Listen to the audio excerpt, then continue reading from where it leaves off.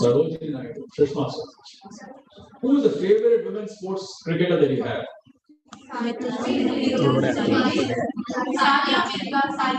Not a cricketer. Okay, fine.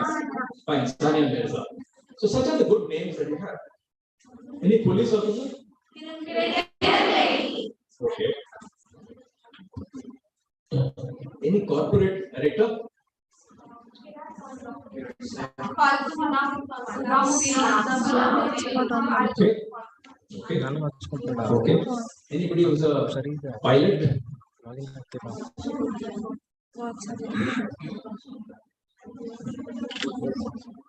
Okay, fine. Who is the current president? Very good. I thought he said Ravindran. So these are all the best of the names that we come across in our lives.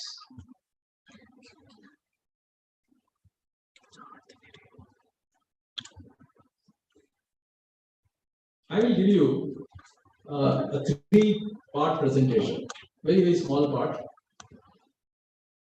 I can't talk as good English as Nera sir, but I'll try my best. And my presentation will be crisp. The part 1 of my presentation will deal with women empowerment. The part 2, which is a subject matter given to me, is a pass-through arrangement for me, and that's called 21st Century Skills for Women for Gen Z. And I think one of the interviews already has spelled out what is Gen Z. So let me begin my talk with the next slide. So, Madam, as and when I say go ahead, please move forward. India is on the cusp of a major economic transformation, both politically and economically. For the first time in our lives, India has got a G20 presidency. G20 economies consist of the most powerful, popular nations, 20 of them, and account for more than 80% of the global GDP and 60% of the planet's population.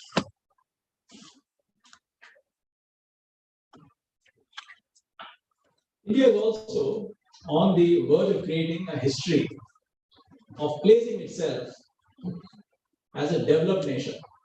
We are still called as a developing nation. During my time, it was called underdeveloped nation. Now it is called developing nation. How long to keep on developing, Baba? Develop fast. And that is in your hands now. And this will happen as per the Prime Minister's vision. Through Nari Shakti, Atmanirbhar Bharat, and Make in India. This is the Prime Minister's articulated vision. In the next 25 years, what happens is that we achieve the 100th year of freedom. And at this time, India will be a developed nation. 100 years for a nation to become a developed nation. So through this Nari Shakti program, what is the government trying to emphasize? It wants to create a harmonious effect of investing in women's empowerment,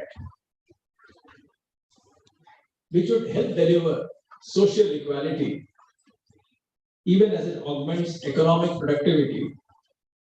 And the women's empowerment, when invested, will have a ripple effect. All of you know what is the ripple effect? No, don't know. Okay, we'll come to that at the end. So it will create a multiplier effect. Let us put it that way. Multiplier, right?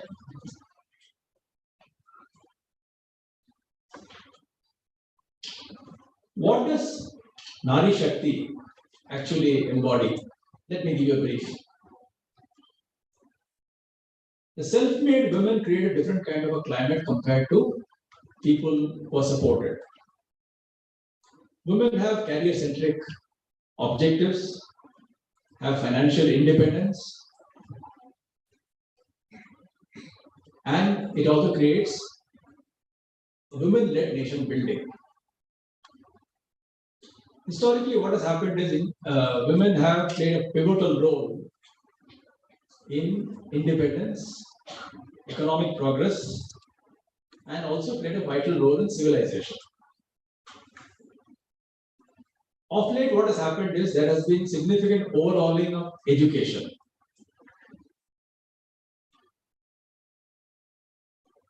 Parental inculcation and outright rejection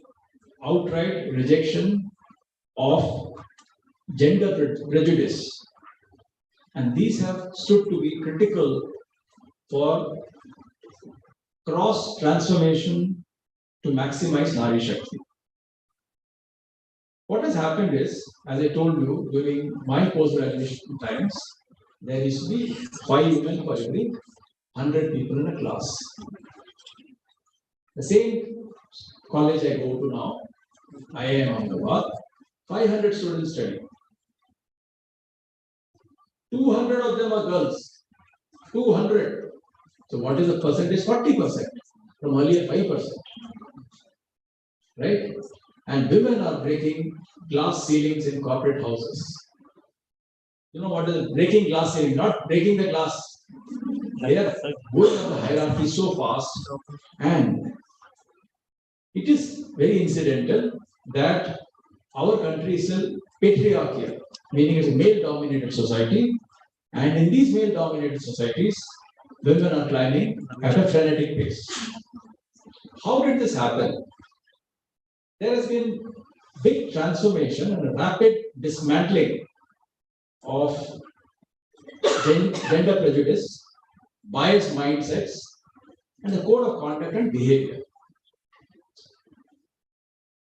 Gone are the days when women would say, I would like to work in a bank, an insurance company, state government, central government, or in a college, so that I work only for 10 to 5 or 10 to 6. I know the faculty here works much longer, and on weekends also.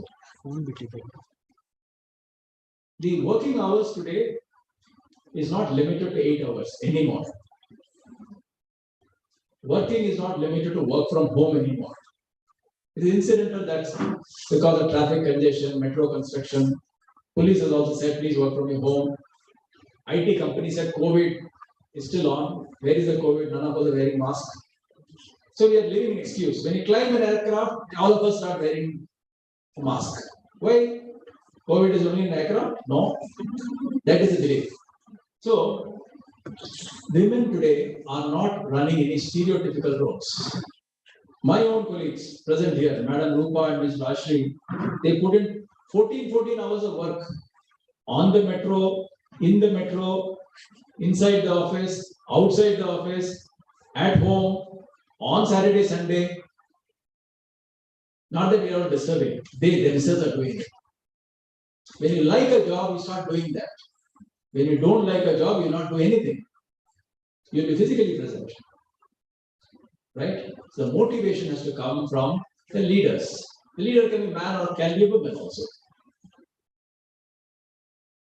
I was flying France to New York 12 years back.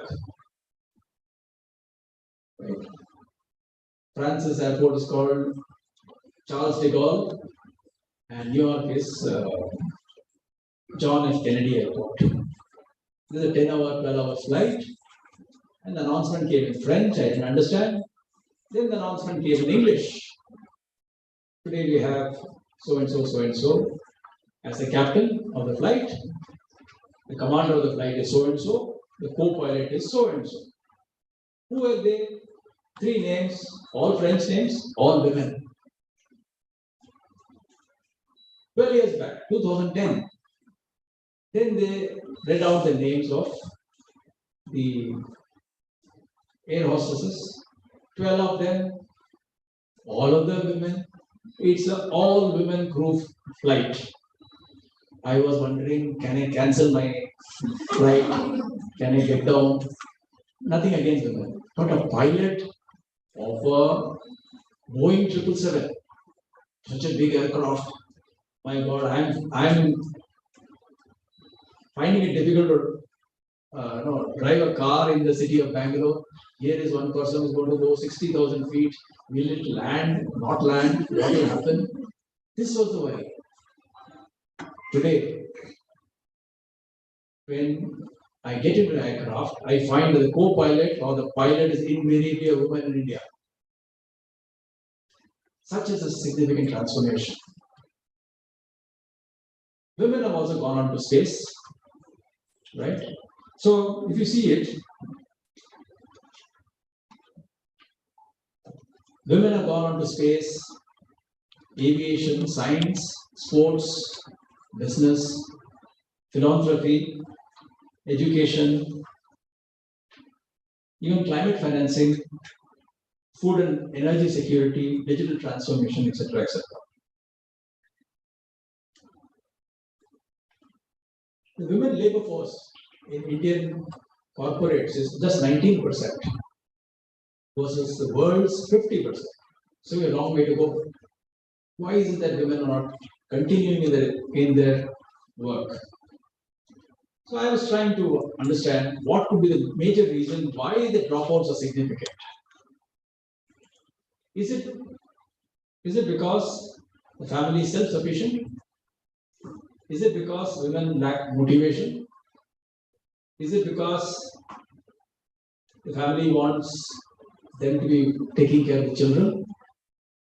Is it because they find it not worthy anymore? All of this could be the reasons, right? But I would like most of you to continue supporting your families. I come from a business background in the area of financial services. And across the world, we handle some 5,000 to 6,000 families. Every family has 4 people. Okay? And their wealth, my people manage, I don't do anymore. I'm there to do the strategizing part and the risk management. I find that women are able to manage money better because they are not driven by greed. So don't get driven by greed. No overconfidence. Take calculative decisions and last the distance rather than jumping out. It's also unfortunate most of the women only go to a bank deposit. It may not get you the best. And it's not taxable today. This government ensured that everybody's investment is taxed, everybody's income is taxed. There is no free lunch anymore, right? But as judicious family planners, as and when you manage your own money, your parents' money, or otherwise, even your family's wealth, intergenerational wealth, all of that, it is necessary that you take calculative view about this and ensure that you reach a financial goal measured in quantified terms, which is difficult for you to understand today. Don't bother about it. We'll help you go through that.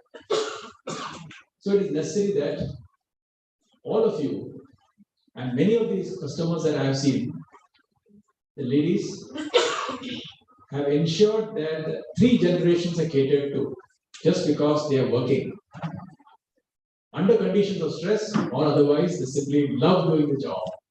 And when that happens, the 3rd generation is the biggest victim. So don't think that one generation will work, next generation will watch TV. So continue doing that. Inculcate the same belief and faith in your children. So here are a few examples that I put up. All of you know who Indra Nooyi is. She was the CEO of PepsiCo. You all drink Pepsi. Worldwide CEO. She comes from Indian origin. Leena Nair. Do you know who she is? She was the first executive vice president of Hindustan Unilever. And she became the director in charge of human resources worldwide for Hindustan Unilever. She explained somewhere that I started my career working in a shop floor. You know what a shop floor is? Factory. In a factory setting, she was working when she began a career. She didn't have a toilet when she began a career. Such is the hardship that women have undergone. I'm talking about ladies' toilet. That's it. Right? Next name that you see is Manasi Kirloskar. She has taken over as the head of Kirloskar Systems and also taken over her father's role in Toyota Kirloskar. Nisaba Godrej. She is the fourth generation from the Godrej family, a young lady who is just about 40 years old. Mallika Srinivasan, have you heard this name? Yes, she runs tractors and farm equipment and amalgamations group in Chennai. The last name is more significant. I deliberately put this name. His name is Valli Arunachalam. She comes from a family which is called Murugappa Group. You've heard this name? Yes. Where is it located? Chennai. You have heard of EID Parryware? Yes. You see the name? Yes. Right? Coromandel Fertilizers? Yes, sir. All of these companies are run under the banner of Murugappa Group. Murugappa Group is set up 150 years back, or maybe more. In that family, in the fourth generation also, there has never been a lady director. All directors have only been men. This is India's leading corporate governed company. But they don't give a board seat to women. So what did she do? She has gone to the Supreme Court to seek. She has shares in her name, inherited from her father, mother, big shareholder. She says, I want a shareholder seat. I have to be a director and not a shareholder. My family has figured it out. And that is where the importance of that name comes. So if you look at it, all of them are Indian origin executives, and the presence is felt across the board. Next one. The role of women in nation building. India is, the eyes of the world are in India. Why? For the first time,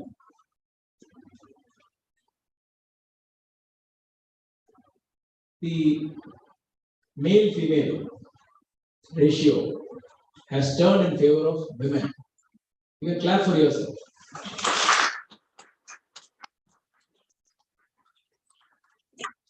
Every 1,000 men, there are 1,020 women. Now comes the sad part.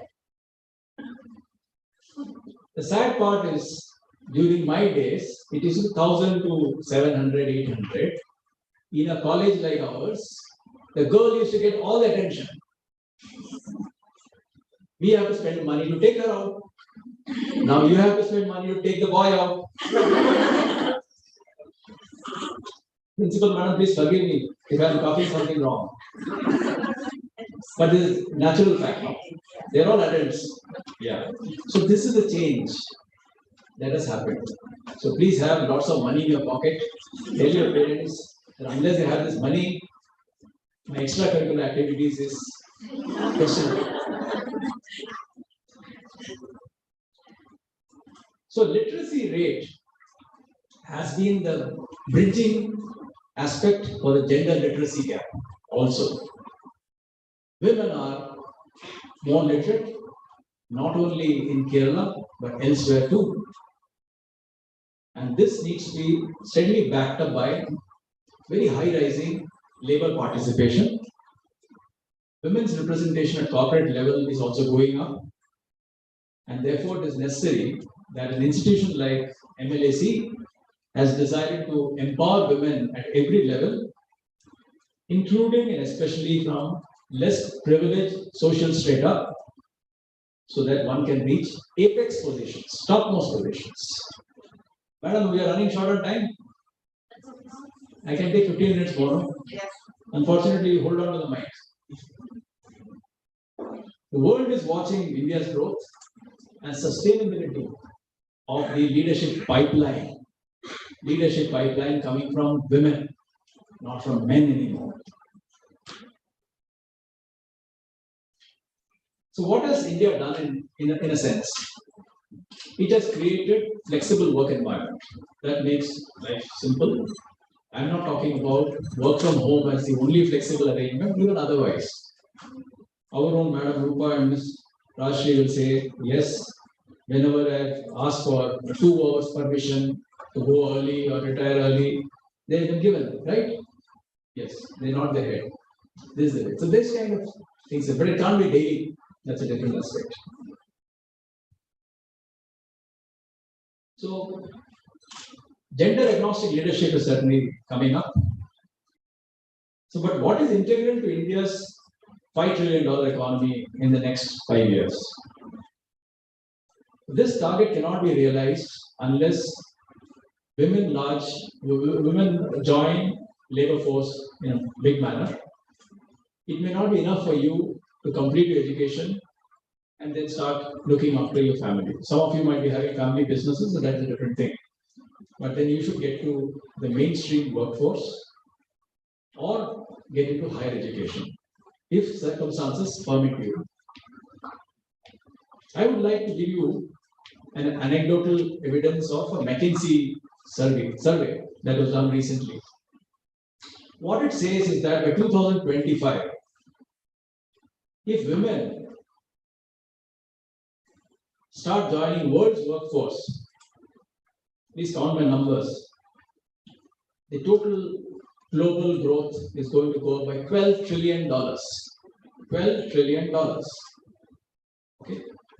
And population-wise, with the kind of advantage that we have with women in India, if the same kind of attraction happens, then this country of India will add an estimated $770 billion to its GDP by 2025 and will also raise its household per capita income than what it is today. So therefore, we expect all of you to be in the mainstream. Now comes a very interesting aspect, which is addressing the aspirational deficit syndrome. What do I mean by that?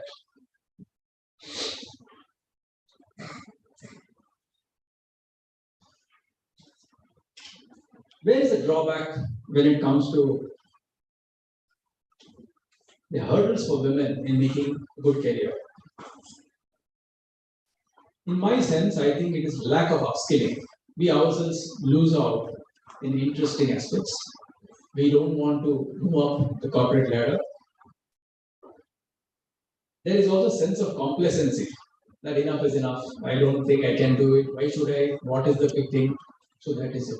So they give up on the competition and the competitive scenario, and also miss a chance for networking when it comes to business management for fear of family or social responsibilities, and that actually affects career progression somewhere.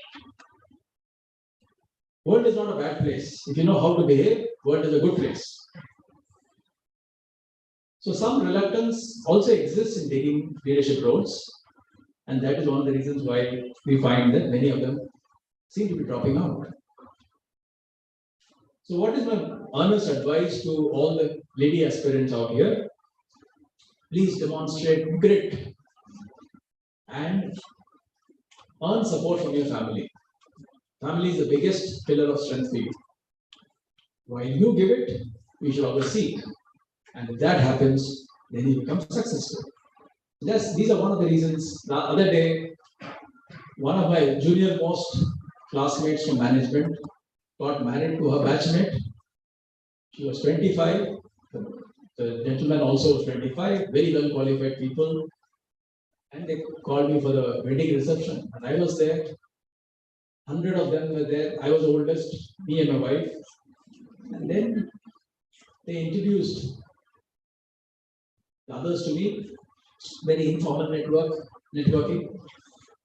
Out of 100, 95 of them were all 25 years old. Out of 95, 92 of them were all startup entrepreneurs from all over India. They have come into Bangalore. Out of 92, 64 of them, if I remember the number correctly, were women.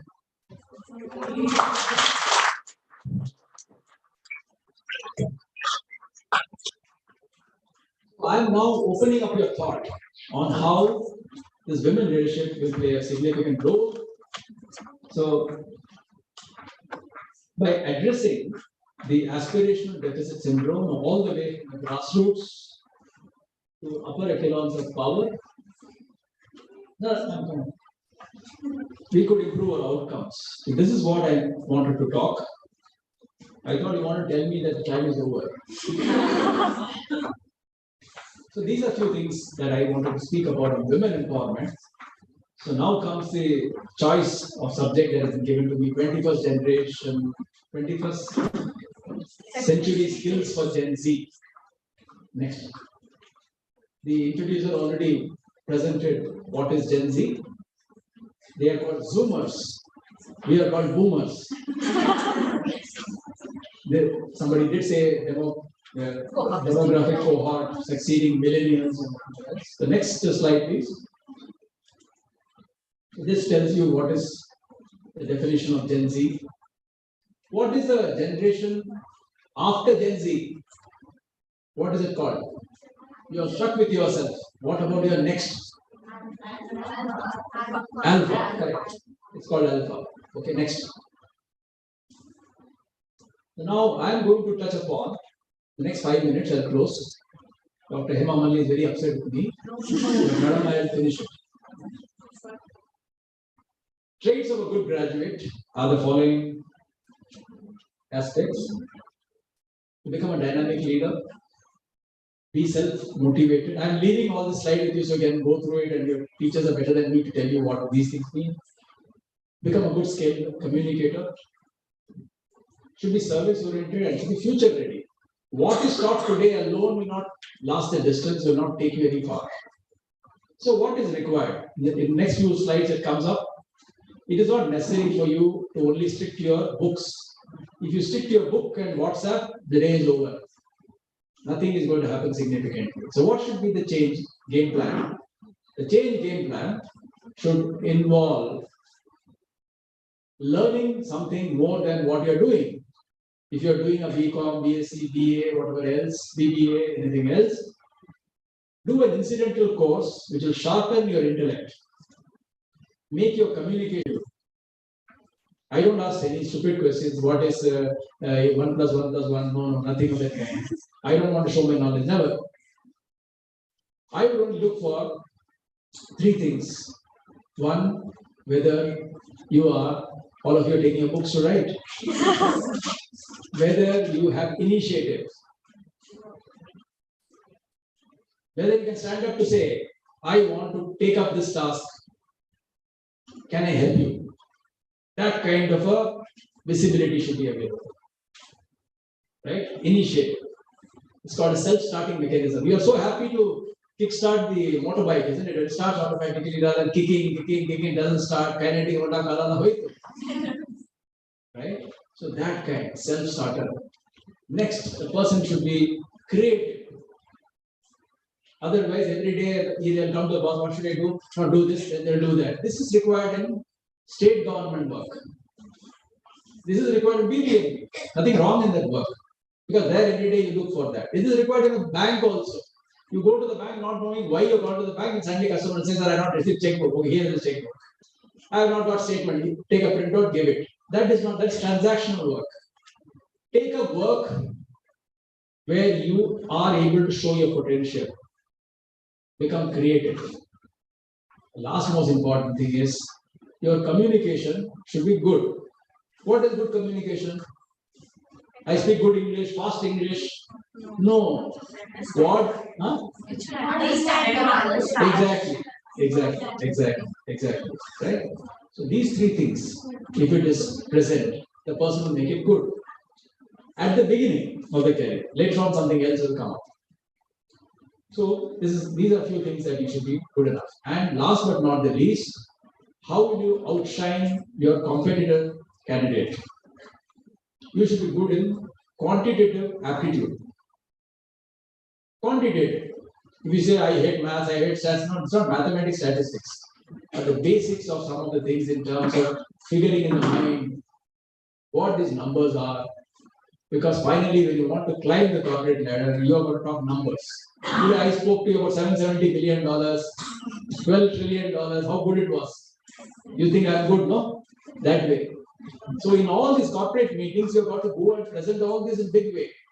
Only then you are seen as a person who has number at the fingertips. You are seen as a top management material. This is where the corporate hierarchy will help you grow. I'm not talking become an accountant. I'm not saying become a voucher preparing. Don't get into that kind of. Don't take easy jobs. Take tough jobs to begin with. In the first 5 years, nobody will sack you. The first 5 years, nobody will remove you from employment unless you do some wrong things. That is the time you should do anything which you have not done in the past, which you cannot do. That is where career will take an alternate meeting. Okay. So this is how it is. Next one. What is a future ready graduate? So he should be adaptable, he should be able to communicate, he should be able to have problem solving mindset, integrity, empathy, and collaboration. Right? Next one. I was going so happily at my own speed. Now Jera sir has come. I'm a little scared. So how does Jera sir, we finished many things on the okay. This is faster than Indian Express. So the future ready graduate is broadly broken up as a person who is successful in two different indicators. One is academic indicators, which is the attendance, the kind of grade point average, involving in community aspects, planning for colleges and beyond. So don't stick to only colleges, look at outside of the colleges too. The social and economic indicators consist of being self-aware, self-managed, able to manage oneself, situational awareness, your relationship skills outside of the college, right? These things only will help you, and apart from that, most importantly, decision making. Next. So this basically is the 21st century skills. It has 5 C's plus 1 G. It's not 5G, it is 5C. So, since I'm going to leave it here, and time being critical, you can read this. Critical thinking is nothing but generating questions, thinking differently. These are critical thinking. Citizenship is respecting and possibly contributing to the country, the state, the society, having growth mindset, and then other 3 C's: communication, creativity, and collaboration. Collaborative working is another important task which will help you to grow in your career. If you think I will work on my own and people will recognize me, it's not going to happen. Group work is what is going to define a person different from the others. Next. Most of it covered in the previous slide itself. The next 2 slides are very important. It's all visible at the back. Yeah. The higher education and business leaders cite soft skills. This is very important. Nobody teaches you the soft skills unless this college possibly is doing it. The hard skills are easier to overcome, but the soft skills is what is going to define the difference between the good and the not so good. I mentioned that during the interview stage, whenever I meet a person. Our schools are preparing for jobs that may not exist. I am sure this college is different. Look for, I gave you anecdotes of various issues, scenarios as to how one needs to look at the career very differently. And so therefore I'm not deliberating this whole thing. It's all summarized now. Social media has changed interactions, but don't look at only WhatsApp as the only medium to interact. Email communication, we are poor. Our English writing is not so good. These things certainly need improvement. Writing the kind of WhatsApp language in a question paper will not help you, or with an employer. Internet should be used to your advantage, right? Dedicate more time towards gathering information, doing a research, searching for something much beyond what you know. And that is how internet can gallop you into a different sphere altogether. Applying facts and ideas towards solving complex problems. Next.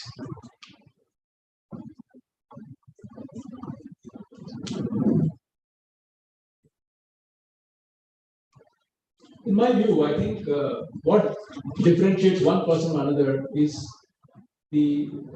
not the common sense alone, which is very rare, which is uncommon.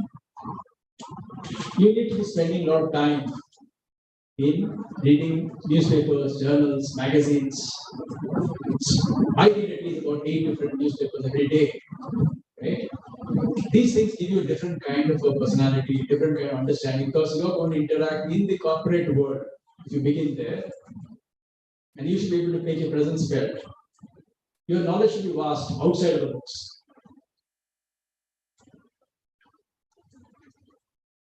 So this is the last slide, and this is more importantly meant for the faculty to make note of this. The learning strategies and implementation. The college or any institution should build a staff capacity with the 21st century learning skills. I'm sure this college has. I've seen the professors, the faculty interacting with me, they are top class. So you have everything with them. 21st century learning skills that I spoke about is certainly going to be analyzed by the institution, the faculty members, the trustees, and they'll ensure that they give you the best. And also proactively identify and support students who are possibly going off track with these kind of sensory learning skills. So with these words, so we had the humorous session, quite a few interactive matters, and I did talk about how the world's GDP itself grows when women are empowered and they take up leadership roles. I also spoke about how women have broken glass ceilings for the first time based on the human literacy, the survey done about family health survey done in 2021, women are more than men in terms of ratio 1020 women to 1000 men.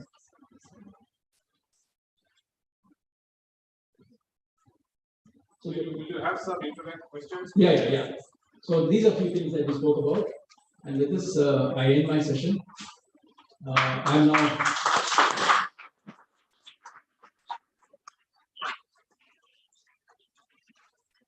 I'd like to thank each one of you, the trustees, the faculty, principal, and everyone for making this session very, very laudable.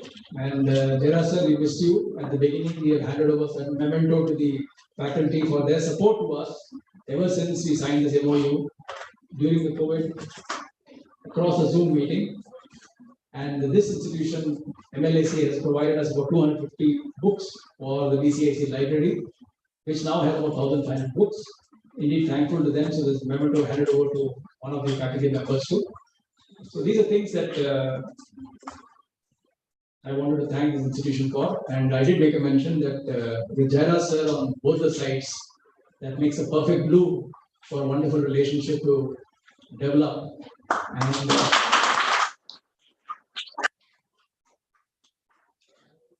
one thing from a personal note, that any student from this institution who comes within the top 100 in the state in the next 5 years, I am personally going to reward them. Thank you.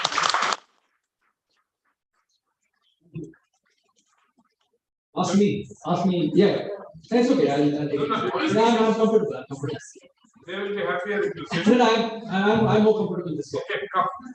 Ask me if questions are very easy. Okay, yeah, go ahead. Manju, you. Yeah, the first, the red one. This one. Short, your name and what your question. Okay. I would first like to thank. Go ahead loudly. Speak loudly. Yes, speak. I would first like to thank the college for giving us this opportunity to have met such great personalities.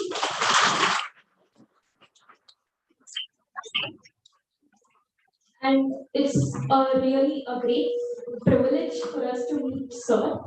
My question to you is that, we generally like everyone doesn't have the privilege to attend IIM. So we are like most of them, or even 80% of the population, will come from university. So, how can we get on par with their capacity? So, because the capacity or the training that is given in IIM is completely different than what is given in normal universities. So, when we match the level of eligibility, it's like sky to earth difference. So I request you to guide us on how to improve our skills on par with IIM. Although we can't afford to IIM, still I would like Okay. to learn better. Okay. Question. Madam, you don't lose the battle in the mind, number one. Okay, don't think that I am the Sit superior. down.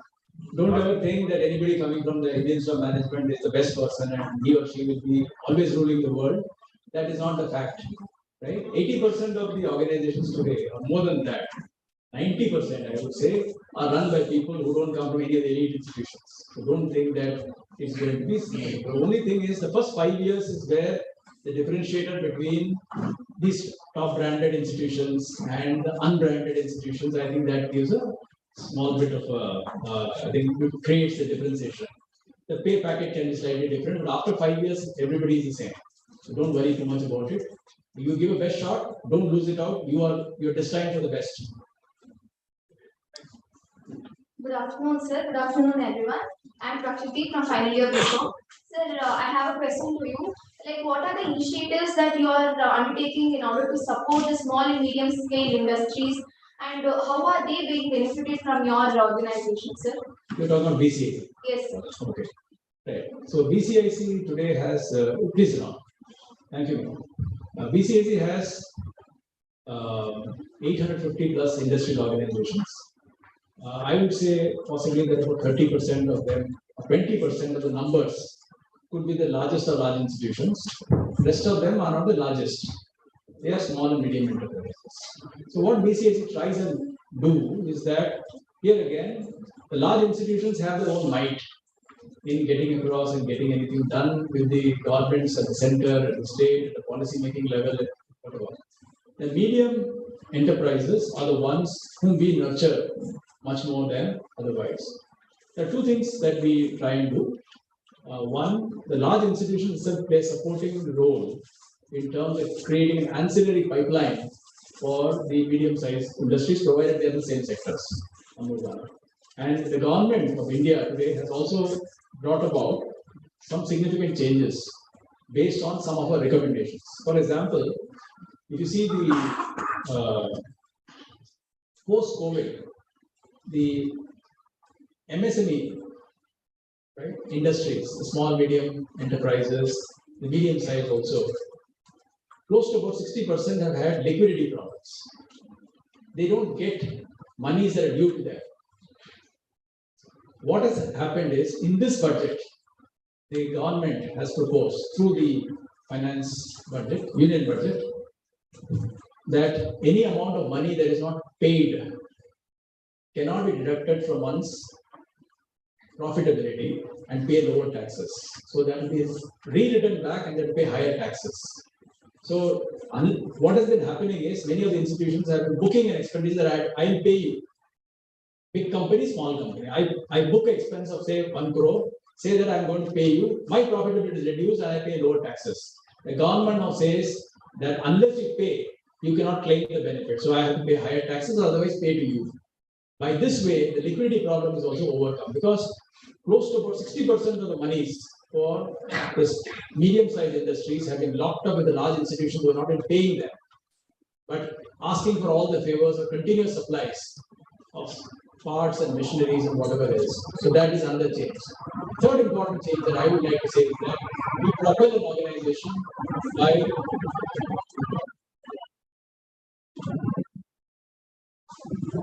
providing some amount of relief in terms of policy advocacy, taking representation to the government, to the bureaucrats, and expressing what are the likely changes that we should be brought about in an act, or otherwise repealing something else, or a circular or ordinance or whatever else issued, so that they stand to benefit.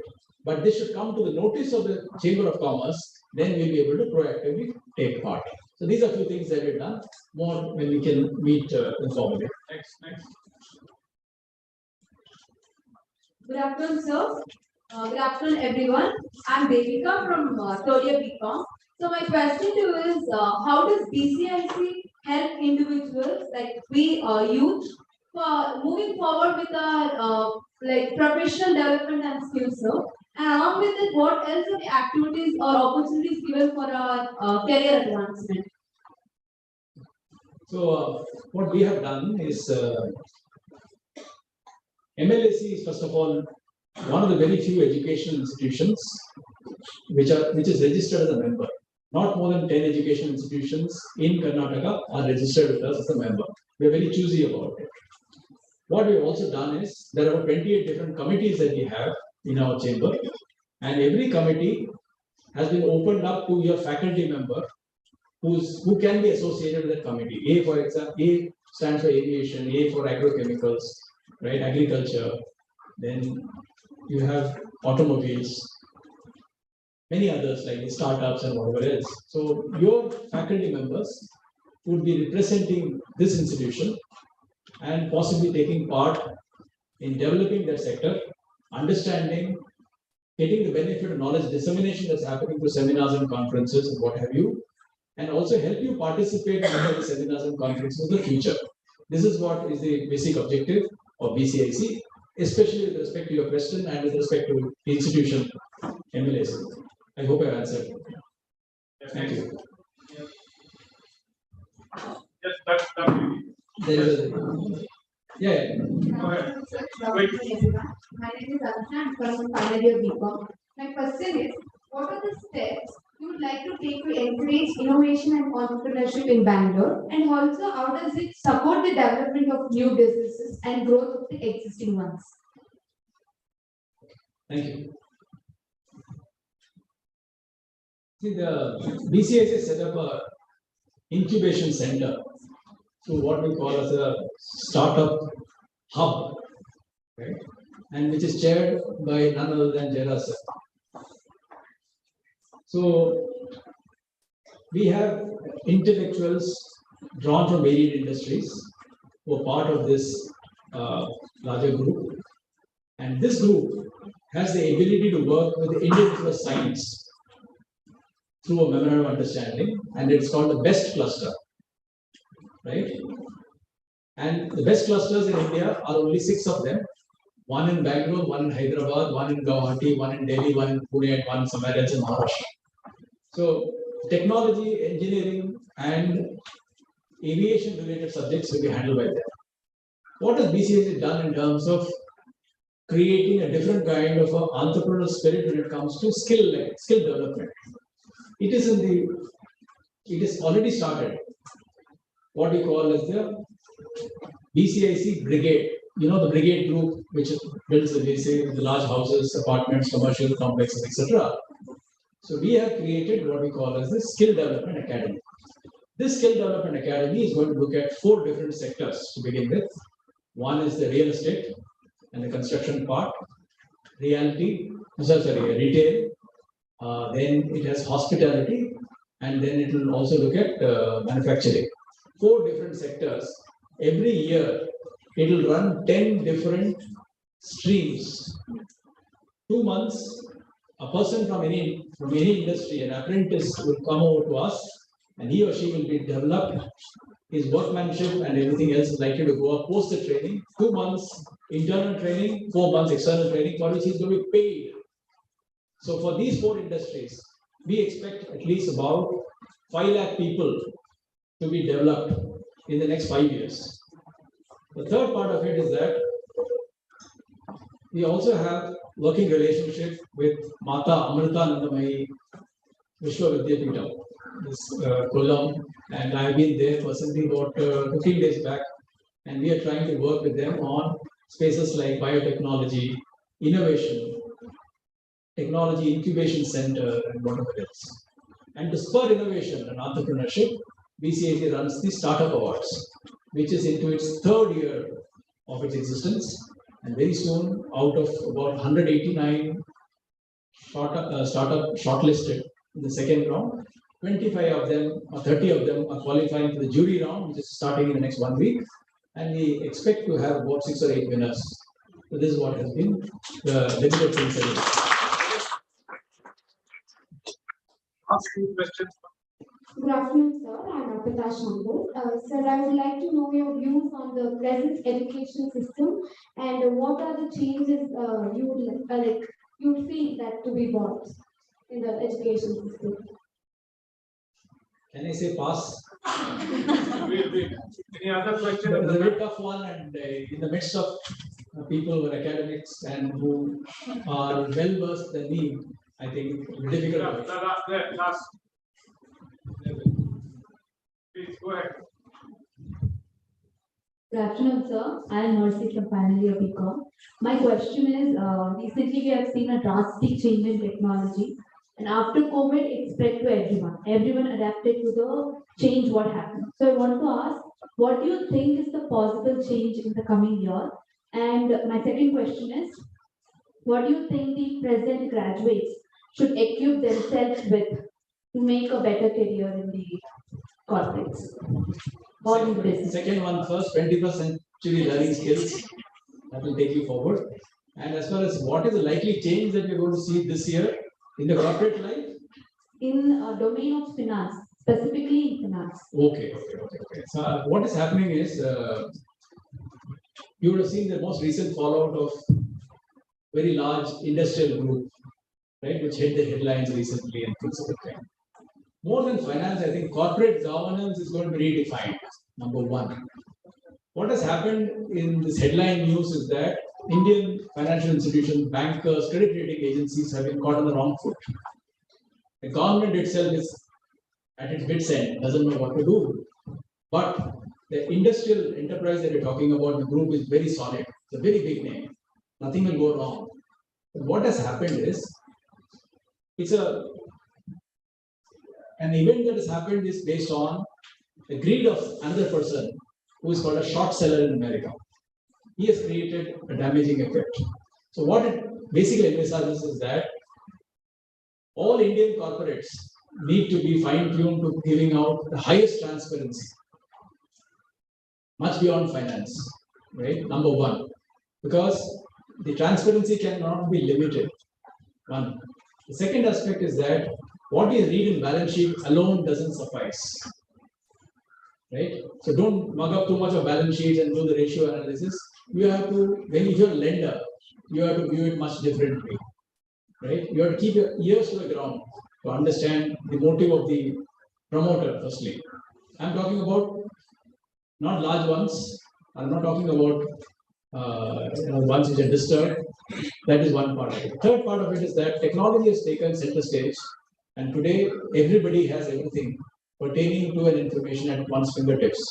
This is going to move faster with chatbot, Bing, whatever else that is coming up on the Android. So we need to be emerging towards this kind of framework. And last but not the least, importantly, over leveraging. I hope you understand what is over leveraging. Borrowing too much in excess of what is the requirement will not help you. Do a capital expenditure plan. If you want to buy a house, be firstly adequately self-funded yourself individually, and then ask for funds. Don't think I'll get the money and I can do any kind of a trading with that. So the trading mentality is going to take a big change in the Indian context. People will be running only from the investment standpoint for longer periods of time. And lastly, Madam, you asked about the education sphere. I would like to close there. That Indian, yeah, the Indian education is by far one of the best. One of the best. So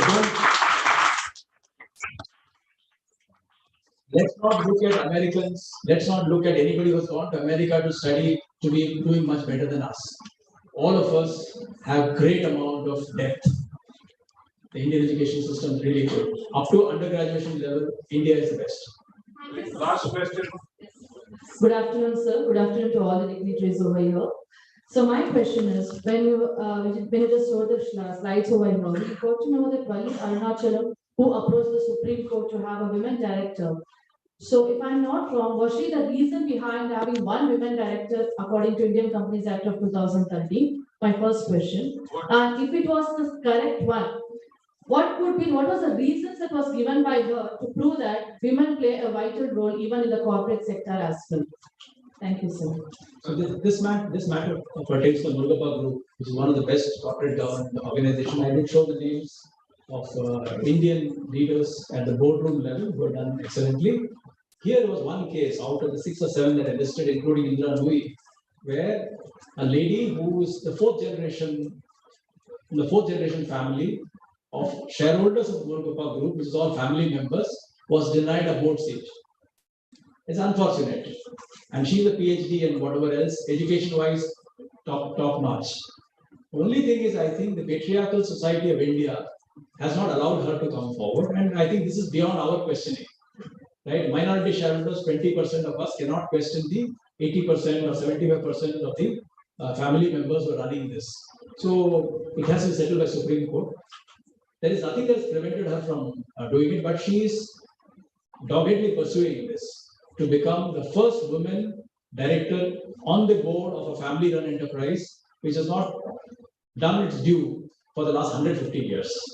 Whether she will succeed, I think she is going to open a new chapter for us. I don't know whether I answered your question. Right now, they say, according to Indian Companies Act of 2013, sir, that they should have at least one women director. No. Here, women directors are there. No. She is not the reason. Women directors exist for that company also. They have the reservation met. But from within the family, she has not been given her due share of recognizing her as a director. That's all.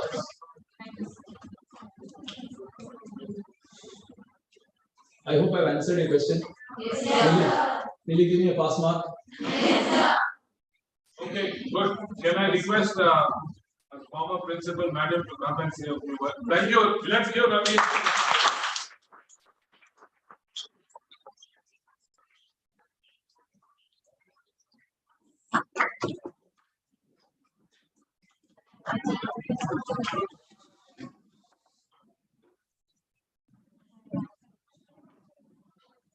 Very grateful to all.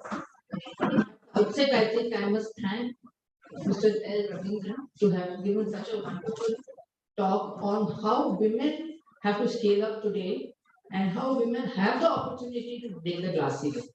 So let's not be in the perception that we are not going to reach the top. We can reach the top and we have the capability to do so. Only thing we require is the self-confidence. And of course, the perseverance and the hard work that has to go along. Now, coming to from the education point of view, we've been seeing with the NEP, we've been seeing with the budget, etc., that how emphasis has been now given to skill development. So it is not sufficient to have, like earlier, conceptual understanding of subjects with theoretical learning. Each of it has to be matched with skill. And therefore, this connect of academia and industry. And really thankful to Mr. Jazaj, our managing trustee, to have started this initiative of, connecting MLAC with BCIC.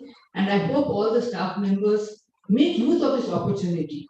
Like Sir just said that we have some 26 committees, and the teachers must get in touch with these, attend their seminars, try and see how you can pass on that skill to the students.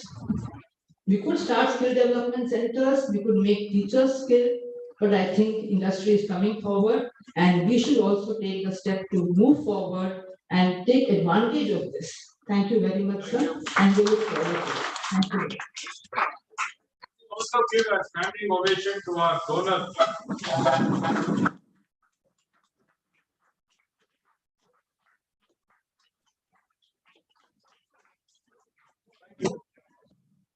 Thank you so much, sir. I now request Dr. Hema Malini, Head Placements and Training at MLAT, to deliver the vote of thanks. I request Shruti ma'am to do the honors.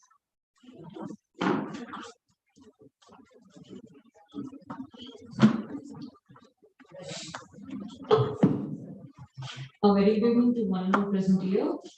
I wholeheartedly thank our esteemed guest speaker, Dr.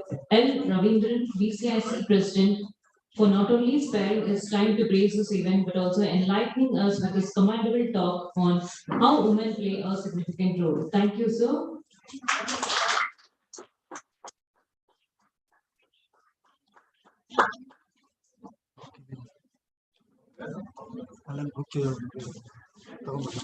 A big round of applause for them.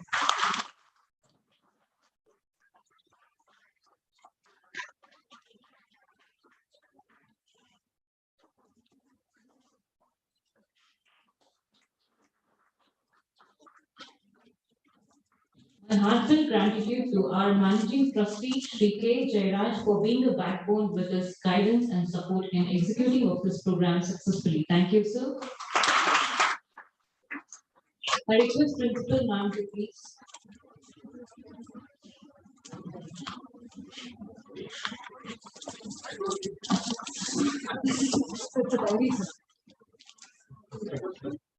Just a planner. And you have the donor. Yeah, he's also. The lady has also role to play.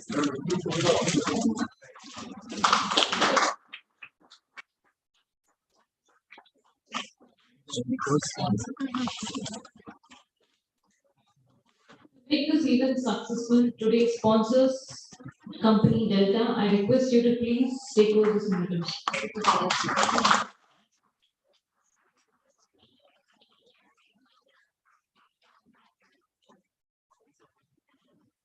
Thank you very much, sir. Thank you, sir.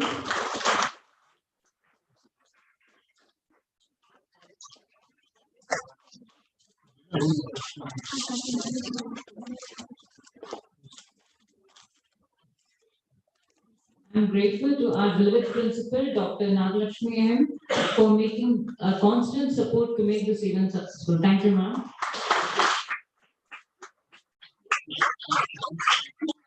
I extend my gratitude to Ms. Rupa and Ms. Rajashri from BCIC for being present today here. Thank you, ma'am.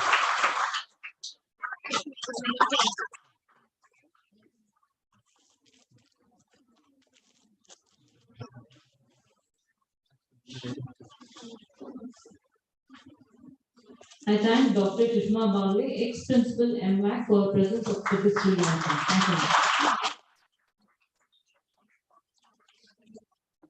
I thank Commerce HOD, Ms. Manjula Shekhar ma'am, for her continued support.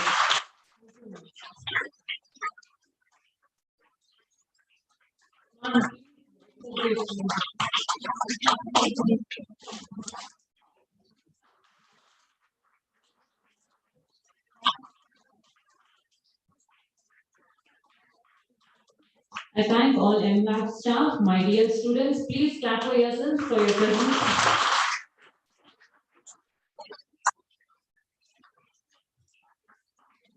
I thank FO and AO sir for being present here today.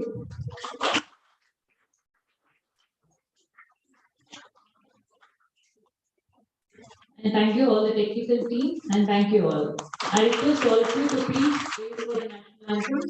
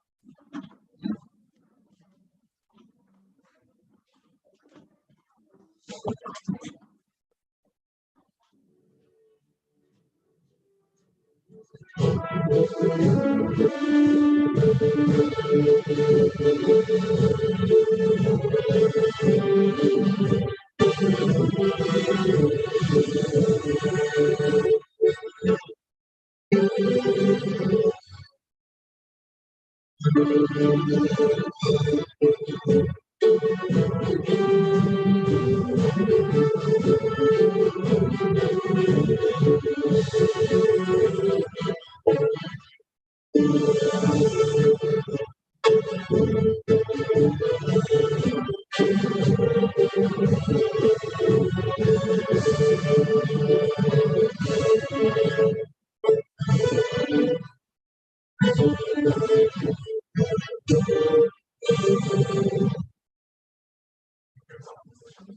you very much. Thank you all. Have a great evening today.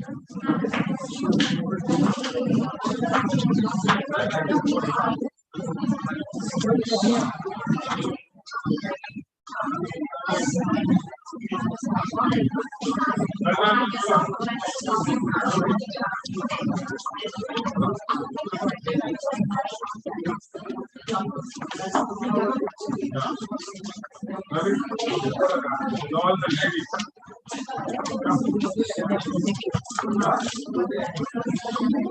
Good. I was good. Rupa.